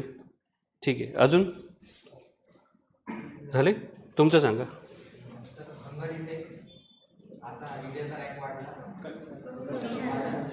म्हणजे क्रमांक वाढला, आपण ग्लोबल याच्यात वी आर. ठीक आहे. हां, भारत इंडिया झालं ना रे कवर. दुसरा घ्या ना मुद्दा.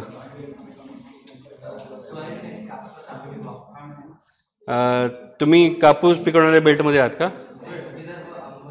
विदर्भ, अमरावती, खानदेश, रेगूर मृदा. ठीक आहे.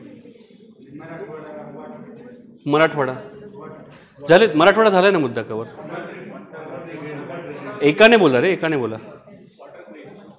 मराठवाडा वॉटर ग्रीड, पाण्याचा मुद्दा, पाणी वाटपाचा मुद्दा, ठीक आहे, होऊ शकतो.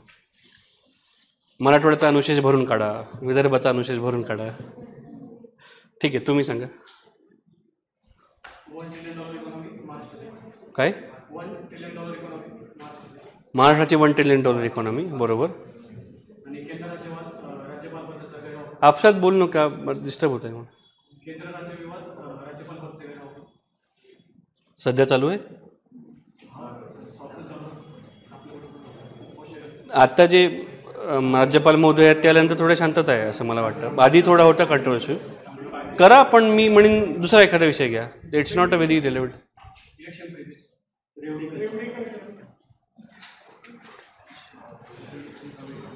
ठीक आहे, होऊ शकतं. अजून मी मला लागणार नाही येते. हां, ओके ओके. मी मध्ये मध्ये टच करत राहतो, बरोबर. हां, काय करंटमध्ये आहे का, काय विषय.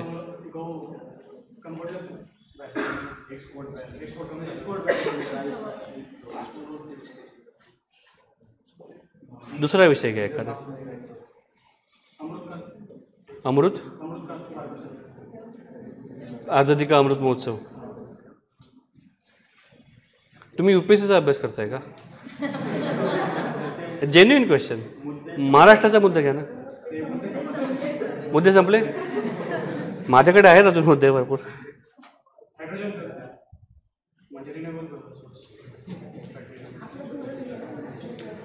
महाराष्ट्राचं ई व्हेकल धोरण आहे, ते घ्या हायड्रोजन फ्युलच्या ऐवजी. तुम्ही सांगा.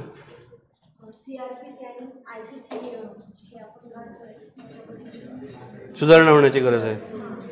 त्यात तुम्ही सांगू शकता की मी पोलीस PSIचा इंटरव्ह्यू दिलेला आहे, त्याच्यामुळे तुम्हाला ते रिलेव्हंट आहे. ओके.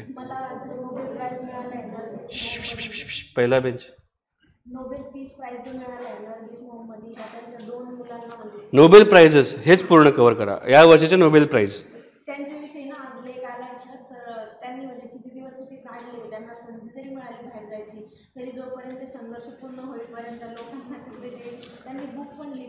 कोणी मृणाल फॉलो केलंय का कधी. मृणाल.org केलंय ना UPSCसाठी. नसेल तर मग त्यांचं एक सुंदर वाक्य की आपल्याला जेम्स बॉन्ड टाईप बातम्या फॉलो नाही करायच्या. एका व्यक्तीशी निगडीत असल्याकडच्या आपण त्याच्या पलीकडे जायचं आहे, बरोबर.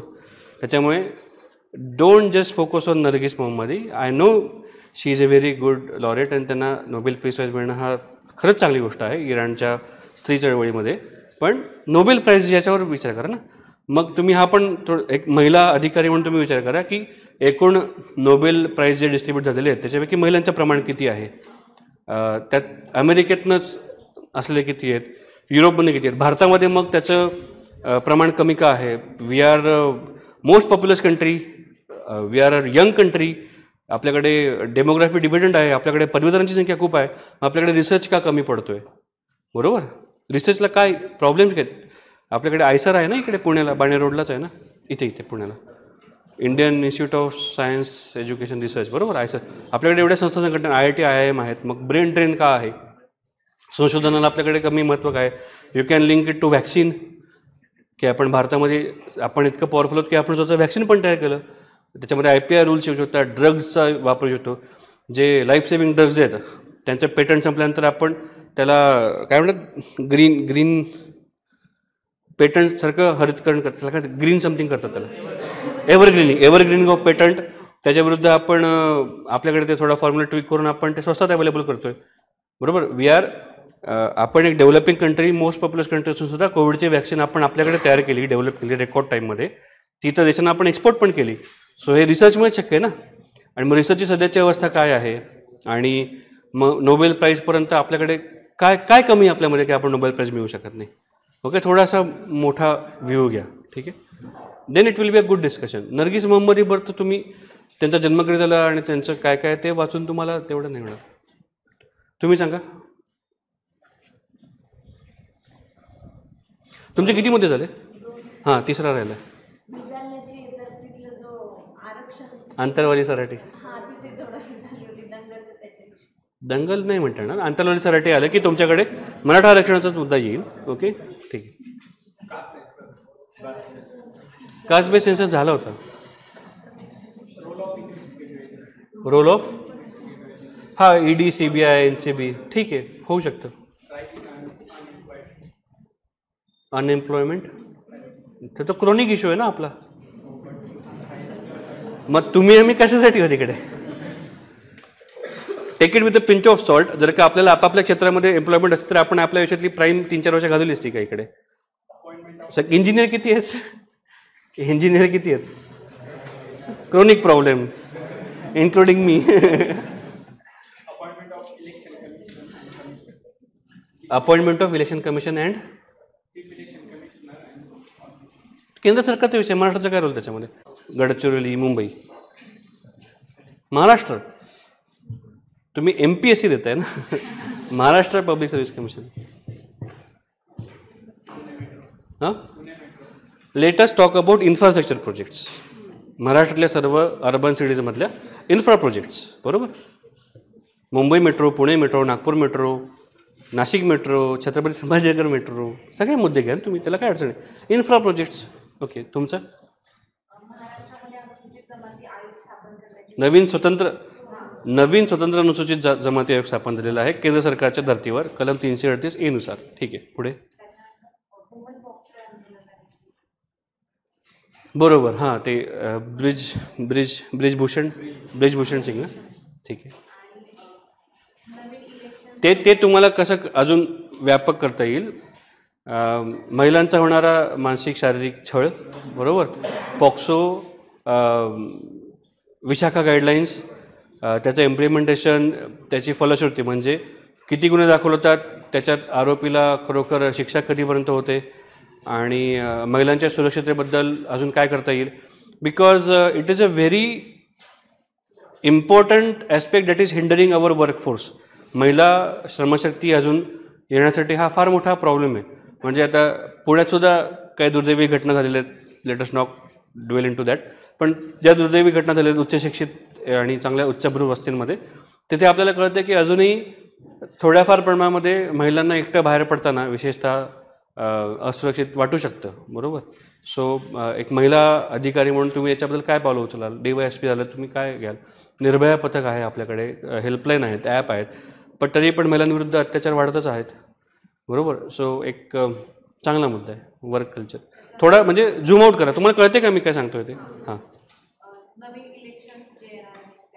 कुठले elections. One nation one election झालं ना.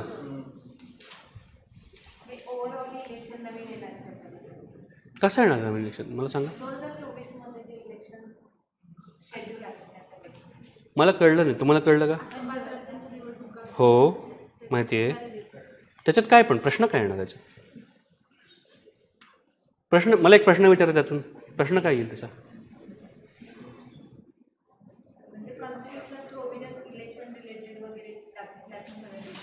तुमची मेन्स झाली ना. GS2 झाला ना तुमचा. मग तुमच्या नॉलेजची परीक्षा नाही आहे मॅडम. तुम्ही प्रूव्ह केलं स्वतःला. हुशार आहात आपण सगळेजण. पुढचा मुद्दा घ्या.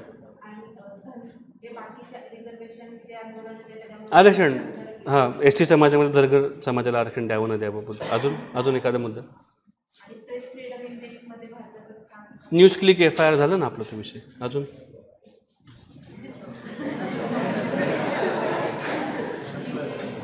माझ्याकडे अजूनही मुद्दे आहेत बरं का. I am not done about it.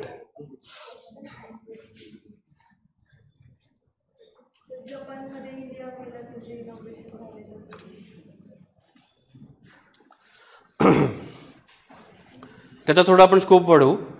Mumbai Ahmedabad मेट्रोसाठी Japan आपल्याला अर्थसहाय्य करते ना. तो मुद्दा घ्या की महाराष्ट्राच्या इन्फ्रा प्रोजेक्टमध्ये होण्यासाठी जपानकडून येणारं अर्थसहाय्य आहे किंवा इतर राज्यांकडून येणारं अर्थसहाय्य आहे. बारसूमध्ये आरामको येते ना. Arabian American oil company. मग ते परकीय गुंतवणूक येतं ना महाराष्ट्राच्या इन्फ्रा प्रोजेक्टमध्ये.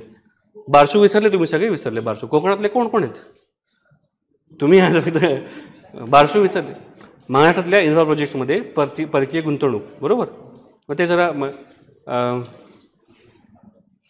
ठीक आहे, ओके. पुढे झाले 3 मुद्दे, तुम्ही सांगा.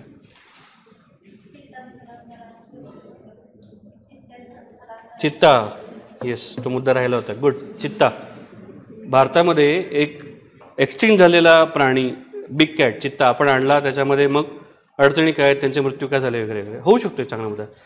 तुम्हाला जर का तुम्ही सांगितलं की मी RFO म्हणून सिलेक्ट झालेले आहेत, समजा काही लोकांनी RFO सिलेक्शन झालं असेल किंवा फॉरेस्टमध्ये परीक्षा दिली असेल, मेन्स क्लिअर असेल, तुम्हाला हा प्रश्न येऊ शकतो फॉरेस्ट रिलेटेड.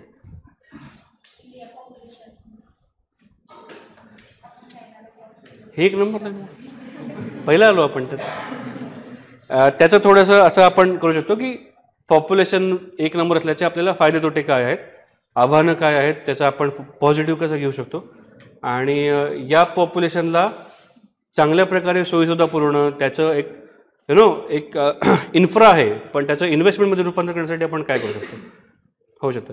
तुमच्याकडे लेबर ऑफिसरची पोस्ट आहे ना, इकडे आहे ना, मग अगेन लेबर कायदे येऊ शकतो त्याच्यामध्ये, लेबर लॉज. पुढे लेख लाडके अभियान आत्ता 2 दिवसापूर्वी घोषित झालं. गुड, चांगले मुद्दे. तुमचा कुठला ग्रुप होता? NEP, national education policy. Again शिक्षण क्षेत्रातला फार महत्त्वाचा मुद्दा आहे. मागणी आहे का कुठे? कुठल्या जिल्ह्याची विभागणी होणार आहे आता? नगरचे कोणी असेल तर मग उत्तर नगर, दक्षिण म्हणजे शिर्डी आणि नगर करायचा विचार चालू आहे, पण ते इतकं मला नाही वाटत सध्या. ड्रॉप करा विषय. बारसू रिफायनरी आणि तिसरा विषय घ्या अजून एक. चांगलंच आहे ना शासन आपलं, तरी वाईट करायचं मध्ये मग शासनाची धोरणं काय आहेत, शासन त्याच्यामध्ये काय, शासन आपल्याला गुड क्वेश्चन. तुमचं ते झालं आपण रेनफॉल डिस्ट्रीब्युशन. नाशिकमध्ये 300 कोटींचे ड्रग्ज सापडले राजानो. 300 कोटी लिहायचे का? 300 कोटी किती शून्य होतील तिकडे. मिस झालं तुमच्याकडून. तुम्ही पुण्यामध्ये आहात, ससून हॉस्पिटलची ती केस माहिती आहे ना, येरवडामध्ये ललित पाटील ना, येरवडामध्ये तो बंदी होता पण तो ससूनमध्ये होता, आणि मग तुम्हाला तरुणाई, नशा, ड्रग्ज ते माहिती पाहिजे ना. 300 कोटी. नार्कोस बघितली कोणी? नार्कोस नेटफ्लिक्सवरची. नार्कोस तर महाराष्ट्रातलं वर्जन निघतंय आता पुण्यातलं, किंवा ते कुठलं ब्रेकिंग बॅड. हां, ब्रेकिंग बॅड पुणे. फार मोठा विषय आहे. नाशिकमध्ये 300 कोटी. तुम्ही जर का तहसीलदार, DYSP, उपजिल्हाधिकारी किंवा इतर कुठलेही जरी तुम्ही पोस्ट पर्यंत दिले, पण अरे नाशिकसारख्या ठिकाणी जे मुंबईची परसबाग म्हणली जाते, जिकडे भाजीपाला उत्पादन होतं, 300 कोटींची ड्रगची फॅक्टरी उभी राहणं.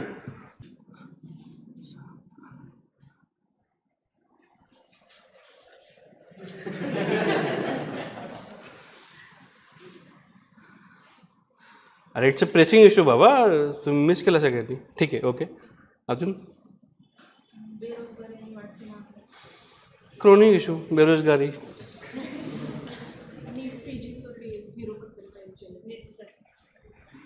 ते एक प्रश्न येऊ शकतो. आपल्याकडे ऑलरेडी वैद्यकीय, आपण मगाशी हॉस्पिटलायझेशनचं, हॉस्पिटलची आपली आरोग्य व्यवस्थेची दुरावस्था आपण चर्चा केली. त्याच्यामध्ये नीट PG मध्ये म्हणजे पोस्ट ग्रॅज्युएटसाठी 0% केलं, ते खरोखर योग्य आहे का? म्हणजे त्यातून ॲडमिशन्स तर फुल होतील, पण मग डॉक्टरांची क्वालिटी तेवढी मेंटेन राहील का? हा मुद्दा आरोग्य व्यवस्थेच्यामध्ये हा मुद्दा येऊ शकतो. अजून आहे का एखादा मुद्दा?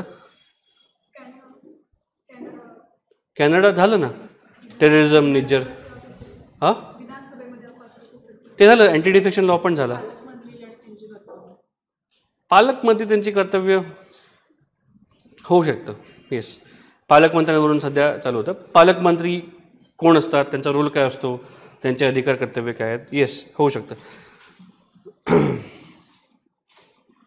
बघा आता मी जे मुद्दे लिहिले होते त्यातले आपण इस्रायल हमास कव्हर झाला, चिता कव्हर झाला, इंडिया कॅनडा कव्हर झाला.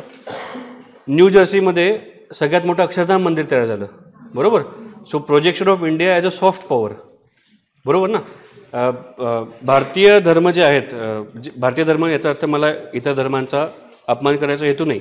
भारतात जे धर्म जन्माला आले, मग ते जैन, शीख, हिंदू हे धर्म असतील, बौद्ध, या सर्व धर्मांनी कधी आक्रमण करून रिलिजन कन्व्हर्जन्स केलेली नाहीत. तरीसुद्धा India as a soft power म्हणून प्रोजेक्ट होती आहे ग्लोबल पातळीवर. अक्षरधाम मंदिर न्यू जर्सीमध्ये ते 185 एकरवर काहीतरी मंदिर येते. ओके, सो हा फार महत्त्वाचा मुद्दा आहे. इंडियन सॉफ्ट पॉवर आपली जी आहे ती. ठीक आहे. नेक्स्टमध्ये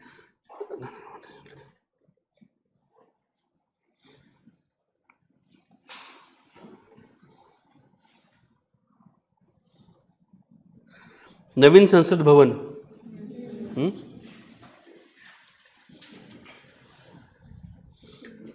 त्याच्यानंतर जेव्हा आपण महिला आरक्षण विधेयक म्हणतो, नारी शक्ती वंदन अभियान, नारी शक्ती वंदन बिल, त्यावेळेस आपण डिलिमिटेशन कमिशनचा सुद्धा विचार येतो ना, की पॉप्युलेशन इम्बॅलन्समुळे उत्तर भारतातील राज्यांना जास्त रिप्रेझेंटेशन मिळतं. दक्षिण भारतात म्हणजे ज्यांनी पॉप्युलेशन कंट्रोल करण्यावर मेजर्स आणले त्याला कमी रिप्रेझेंटेशन मिळतं आहे.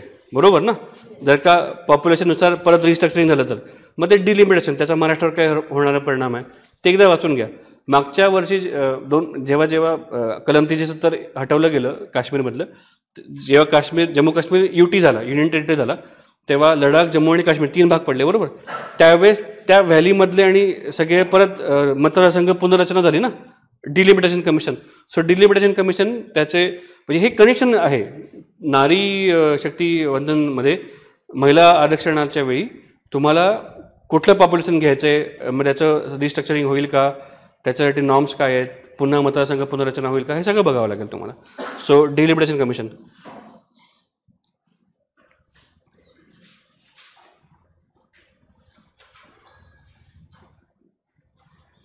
येस, हे 3-4 मुद्दे तुमच्याकडनं मिस झाले. ओके, आता हे काही असं आपली एकच यादी हेच अभ्यास करायचा असं नाही आहे आपल्याकडे. तुमच्या इंटरव्ह्यूपर्यंत रोज एक चांगला न्यूजपेपर वाचा. इंग्लिश असेल इंडियन एक्सप्रेस, मराठी असेल लोकसत्ता, ते ॲपमध्ये फ्रीली अवेलेबल आहे. त्यातून अग्रलेख वाचा, डिस्कशन करा. आणि तुम्हाला याच्या जर काही केस स्टडीज हव्या असतील तर UPSC मेन्समध्ये जे एथिक्स हा पेपर येतो त्याच्यामध्ये तुम्हाला तुमचा रोल डिफाईन करून एथिक्सचे केस स्टडीज दिलेले असतात. बरोबर. सो त्या केस स्टडीज वाचा. मग ते एखाद्या चांगल्या क्लासचं जर का तुम्ही एथिक्सचे पेपर क्लिअर जातील, त्या एथिक्सच्या केस स्टडीज घ्या, डिस्कशन करायच्याबद्दल. आम्ही काल काही 2-3 डिस्कशन केल्या होत्या, पण डिस्कशन करा. आणि आता आपण ब्रेक घेऊया, 1:30 वाजता भेटूया. पण तुम्हाला या 45 मिनिटामध्ये डोक्याला खुराक आहे. बरोबर. आता तुम्ही जे 3-3, 4-4 लोकांनी डिस्कशन केलं ना, हे 3-4 लोक एकत्र जेवतील किंवा ॲडजस्ट करतील. सांगतो बरं का, ऐका. एकत्र जेवतील किंवा डबे शेअर करतील, ॲडजस्ट करतील. मला 1:30 वाजता आपण परत भेटू. तुम्हाला शासनामध्ये का यायचं आहे किंवा आम्ही तुम्हाला का निवडू, बरोबर, याचं एक डिस्कशन करा. मी काही तुम्हाला ते विचारणार नाही, पण तुम्ही डिस्कशन करा. तुम्हाला समजा प्रश्न विचारला की तुम्हाला शेवटचा प्रश्न आहे तुमचा, इंटरव्ह्यू तुमचा खूप छान झाला, तुम्हाला शासनामध्ये का यायचं आहे, येऊ शकतो प्रश्न, आलेला आहे खूप लोकांना. बरोबर. तुम्ही तुमच्या डिस्कशन करा. बरोबर. आणि तुम्हाला वाटलं तुम्ही ते मग शेअर करा एकमेकांना, डिस्कस करा एकमेकांमध्ये आणि चांगलं हेल्दी डिस्कशन करा. मारामारी करू नका. ओके. आपण 1:30 वाजता परत भेटूया. जेवण वगैरे करून या छानपैकी. चल, थँक्यू.